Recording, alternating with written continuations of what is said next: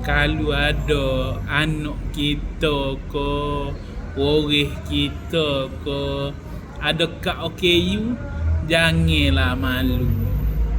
Bukan gapo. Kad OKU ni bagus untuk kita. Dia banyak membantu. Tak kira lah macam saya ni OKU gapo ni OKU apa nama orang panggil keupayaan tu lah kurang.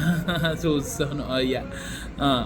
Jadi macam nak jalan tu payah. Nak tengok orang pun payah. Muka mata nampak sebelah ni kan. Jadi dengan mata kanan pun nampak sebelah, dengan mata kiri pun nampak sebelah. Jadi banyaklah kekurangan. Jadi nak jalan tangan pun boleh akak gini je. Jadi bila ada kad OKU, dia banyak bantuan daripada kerajaan.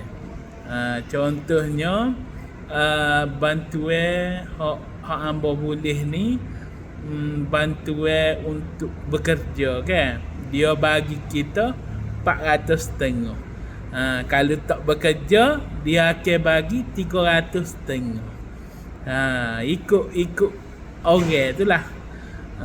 Banyak lagi lah macam naik kereta ada tempat dia. Bila nak parking ada tempat dia. Macam-macam. Banyak nak oyak. Tapi sini tak ada masa, gitulah, beres.